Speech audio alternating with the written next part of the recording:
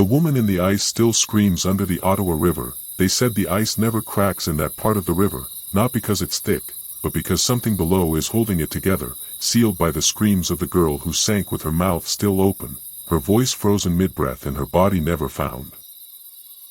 I was night skating the canal alone, a stupid tradition I kept alive long after my friends moved away, thinking I was chasing nostalgia when really I was just chasing that silence that only comes when your skates are the only sound carving into moonlit ice, and I'd reached the stretch near Patterson Creek, where the lamplight thins and the banks become trees instead of buildings, when I heard her. Not a woman. Not quite.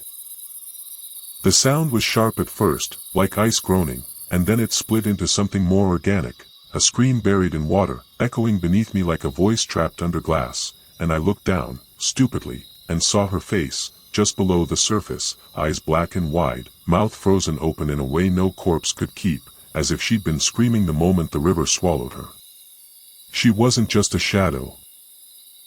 She followed me for the rest of the night, always beneath, always just out of reach, her hands scraping the underside of the ice like she was trying to switch places with me. The Wendigo whispered my name in a Calgary blizzard. They say you don't see the Wendigo, you hear it, feel it in your chest like your heartbeat's gone sideways, and when it says your name in the wind, it's already too late, because that means it's already inside you. I'd walked too far from my car after it stalled on the old Crowchild overpass, thinking I could cut across the river path and reach my cousin's place before the storm got bad, but the snow fell wrong, like static, and I swear it made no sound when it landed, just silence thick as oil, and the wind twisted through the trees in such a way that it didn't feel like nature anymore, but like breathing. And then I heard it. Soft. Starved. My name, said not as a question or a greeting, but as if it were being chewed, dragged slowly over teeth, and I spun, heart thudding in my ears, and saw nothing but white, trees, and more white, but I felt it close, the way your spine stiffens when someone stands too near and doesn't speak. I ran, but it didn't chase. It laughed, long and dry, as if it was already in my stomach, whispering hunger into my bones, and when I finally reached the streetlights, I realized I couldn't remember the taste of food or the warmth of skin or even my own voice.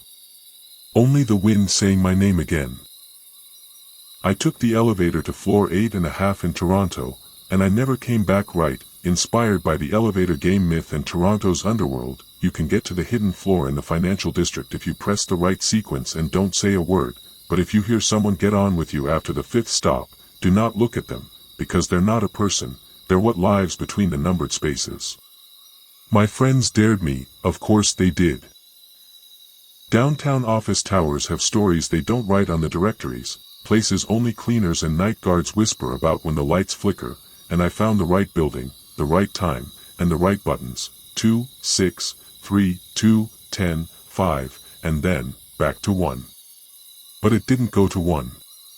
The lights blinked, the numbers reset to blank, and the doors opened on a floor that smelled like mildew and old breath, the walls smeared with something that looked like charcoal but felt like blood. And a woman stood just outside, her hair wrong, like it was floating even without wind, her hands twitching like they'd been used too long and were still moving without permission. She looked at me. Even though I didn't meet her eyes, I felt her gaze like hooks under my skin, and when she stepped in, the elevator screamed, actually screamed, and dropped so fast I felt my soul stretch thin and snap like gum. I got out eventually, I think. But now I see that woman in every reflection that isn't mine. The tunnel under Vancouver's oldest hotel only opens if you bleed on the brick. Inspired by tales from the Dominion Hotel and Lost Tunnels, the bartender told me never to go down the staircase behind the bar, said it hadn't led to the wine cellar in decades, not since the tunnel started taking things.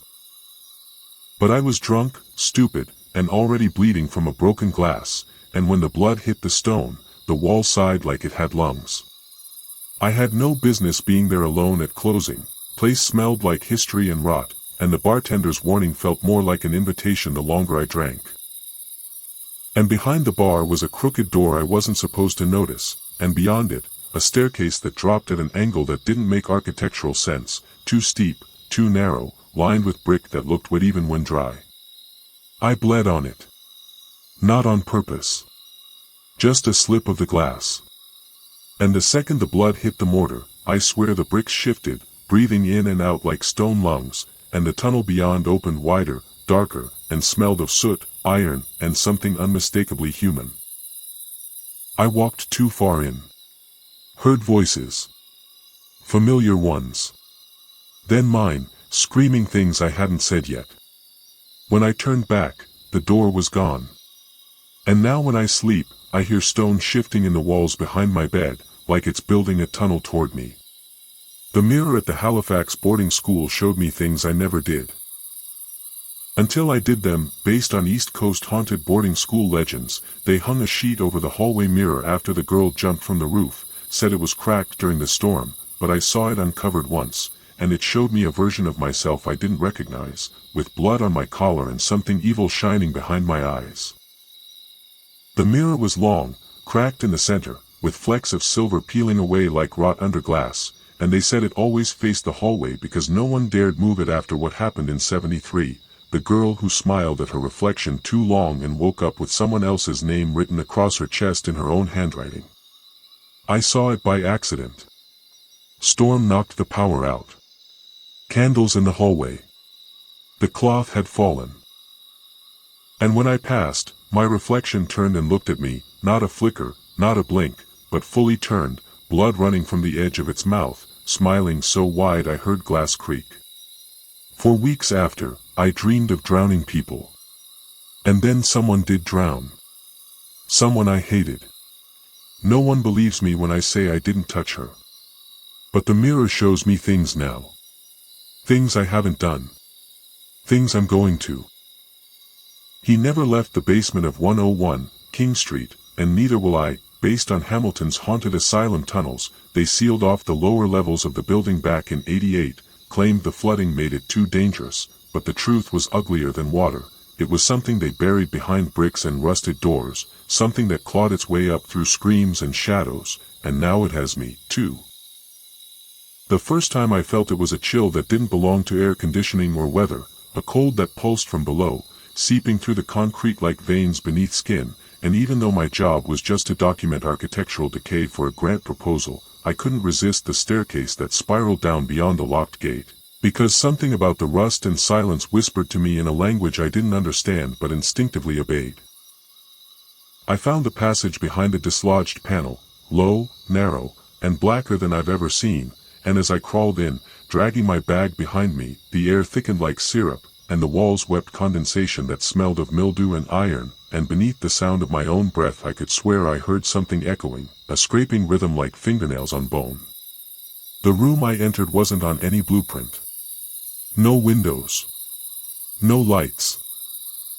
But in the center stood a chair bolted to the floor, stained dark beneath and surrounded by tally marks carved into the concrete so deep they'd worn smooth from repetition, and as I stepped toward it, a voice said my name, my real name, the one I never use, not even in my own head, and I swear to you it came from under the chair, like something speaking through a grate in the earth. I turned to leave, but the doorway had collapsed behind me, or maybe shifted, because when I tried to retrace my steps I found only endless corridors, repeating rooms, and finally, the chair again, as if the place had a pulse, a rhythm, and it was pulling me into it like breath into lungs. And now I sit in the dark, and sometimes I hear myself screaming before I open my mouth. The fire in the Yukon didn't burn wood. It burned people who remembered. Based on northern ghost towns and the 1940s mining collapse, they said it was a wildfire, that the town had simply vanished under smoke and ash like so many others, but we knew the truth, that the mine beneath the ridge hadn't collapsed because of pressure or carelessness, but because they dug too deep and found something that fed on history, on memory, and anyone who remembered it started to burn from the inside out. I was only 6 when we left Old Tagish Ridge, dragged away in a pickup truck while flames rose behind us in a spiral like a cathedral of smoke, and though my parents never spoke of it again, burned the photos, changed their names, I couldn't forget the screaming that came from under the ground, or the black snow that fell like cinders shaped like hands. 30 years later, I came back. I had to. I kept dreaming about it, seeing the church again, the one that hadn't been there when I was a kid, but was always in the center of the flames in my mind, and when I arrived, I found the forest strangely intact, not a trace of fire damage, but the air smelled like singed hair and old photographs, and the town had reassembled itself as if it had just been waiting for me. There were no animals. No birds. Just the whispering. The deeper I walked into the ruins, the louder the wind became, until it started shaping words, names, mostly, names of people I had forgotten but who now pressed against my brain like swollen memories, and when I reached the old well, I saw them. People made of ash and fire, faces flickering like dying film, reaching toward me with hands that dripped smoke and teeth that glowed like coals. They didn't touch me. They entered me. And now, when I close my eyes, I see every death they ever died. Burned over and over in the same second, and I feel the fire in my chest growing stronger every time I remember them. They buried the wrong boy in Montreal, and now he walks the graveyard backwards, inspired by forgotten burial sites and missing children. They got the coffin wrong, mixed up 2 children back in 1926, and though the papers said nothing, the priest who oversaw the service was never seen again, and to this day, people say if you visit the cemetery on the last Sunday of March, you'll see a boy walking backwards between the stones, wearing a black veil and asking if he can go home yet. I didn't believe it, not at first, not when the archivist warned me, not when the crypt keeper refused to give me the original death certificate, but I had come too far for the truth, tracing a line of missing children across the Montreal boroughs, and all signs led to this hill, this cemetery, this unmarked grave just outside the mausoleum where the snow never settled and the grass grew out of season. I arrived just before midnight. The fog curled low, and the stones seemed to lean toward me like listening ears, and for a long while there was nothing, just the dead and the silence that hangs around them, but then I saw him, the boy in black, walking backwards, his face hidden behind a veil soaked in something dark, and even though I tried not to look, my feet followed. He whispered. Not words at first. Just breath, like something learning to speak through the soil. Then, I woke up alone. He led me to a grave with no name, and when I reached out to touch the stone, it turned warm, like flesh, and pulsed beneath my fingers, and the ground cracked open, not like an earthquake but like a mouth splitting in hunger. There were bones inside. But not child-sized. And when I looked up, the boy was gone, and I was alone, until I heard breathing behind me, slow and deliberate, as if someone had just finished digging their way up from beneath. The lake in Saskatchewan that drank my brother, based on Cree and Metis legends about water spirits and drownings, they say the lake has no bottom, only a throat, that it doesn't freeze right, even in the dead of winter, and that those who vanish beneath its glassy skin don't drown, but disappear, still screaming, pulled into something older than water and deeper than memory. My brother was always the brave one, the idiot who jumped off rocks and dared the ice even when it groaned, and when he said he was going to swim across Deadman's Lake at dusk, I laughed, even though the sky had turned too red and the trees too quiet, because we were teenagers and afraid of nothing but boredom.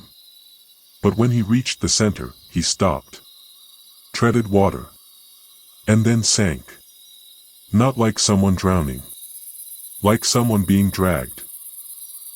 The surface closed over him without a ripple, and when I dove in after, I couldn't find the bottom, only darkness that pulled harder the deeper I went, and a sound, like sobbing, but not human, filled my ears until I had to surface or go mad. They never found him. They said he must have gotten caught in something, but I know better, because some nights, when the lake fogs up and the moon hangs heavy like an eye, I see him walking the shore, dripping, pale, and silent. And I swear his mouth moves, but no sound comes out, only bubbles. And sometimes I dream of drowning. But in the dream, I'm smiling. The lighthouse keeper's head is still screaming inside the lantern room. Based on the phantom lighthouse keepers of Nova Scotia, they found his body slumped over the railing, no blood, no wounds, just his head missing clean off. But every full moon since, people say they hear him screaming through the glass, and the beam turns toward ships that were never there. I took the seasonal job because it paid well and offered isolation, and I thought a month alone in a historical lighthouse sounded peaceful, romantic, even, but from the first night, the place creaked like bones in wind, and the beacon turned too smoothly, as if guided by invisible hands. I found the journal on the second floor. Entry stopped abruptly after the words, "Something is inside with me." And then the dream started. His face, or what was left of it, pressed to the inside of the lantern glass, jaw working without sound, eyes black and too wide, like the pressure of the wind had burst them. He watches me from corners I didn't know existed. And when I climbed the spiral to clean the lens, I saw the message carved into the iron, "Return my head or take my place." Now the screaming never stops. Not from the wind.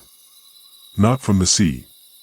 From above, echoing down the stairs, like lungs that never emptied. I was the last to ride the Calgary Midnight Line, and I never got off. Based on ghost trains and lost transit routes, they said the late train only ran on the schedule of the dead, that if you got on past 12:13 a.m., you might not get off again, not ever, and I should have listened, but I was tired, drunk, and thought the silence was just a quiet night. Until the station stopped making sense, the windows stopped showing the city, and I realized I was no longer a passenger, but part of something that was feeding off movement and memory. The train pulled up without headlights, silent except for a metallic sigh that seemed more like relief than hydraulics, and when the doors opened, the carriage was completely empty, save for a man at the far end who didn't move, didn't blink, just stared at the emergency brake like it owed him something. I sat down.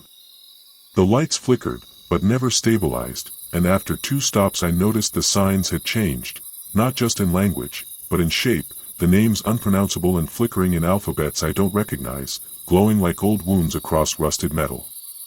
The conductor passed through once. He had no face, only a black cloth pulled tight where features should have been, and the way he walked made no sound, as if the floor feared to acknowledge his weight, and when I tried to speak, my voice came out backwards. Stations blurred. People got on, people with bones that clicked audibly as they sat, holding newspapers soaked through with something thicker than water, and when I looked at the map above the door, it had changed into a pulsing maze of spirals and dead ends. I tried to get off. The doors wouldn't open. The windows wouldn't break. And now I ride, and ride, and ride, and I don't know how long it's been, only that every time I check my reflection in the glass, I look a little more like that faceless conductor. The Iceman still hunts behind the blizzards of Nunavut, based on Inuit shapeshifters and ancient Arctic creatures. When the storm comes in too fast, when the wind screams instead of howls, and the snow starts falling upward, the elders say to stay inside and lock your mouth shut, because he finds you by the sound of your breath and leaves nothing but your teeth behind. We were a hunting team of 3, me, Eli, and his cousin Kajak. And the storm wasn't supposed to hit until the next evening, but something shifted in the sky like a breath being held, and by the time we realized the pressure was wrong, the dogs had already started whining and turning their noses west, toward nothing. We set up shelter. Too late. The blizzard fell like fists, and visibility dropped so fast the sun vanished in under 2 minutes, and when we started hearing the crunching outside, slow, rhythmic, impossibly heavy. I thought it was just the storm playing tricks. Then Kajak screamed. We unzipped the tent to find red smeared across the snow in a perfect circle, no body, no prints, just his teeth, laid out in a spiral, still warm. Eli ran into the white. I followed. We never found each other. Only shapes. One of them had legs that bent wrong, and fingers too long for a man, and eyes that glowed through the storm without blinking, just watching, always watching, and when I tried to shoot, the rifle turned cold and cracked in half like it was made of sugar. I don't know how I got back. I don't remember walking. But I've found teeth on my windowsill every winter since.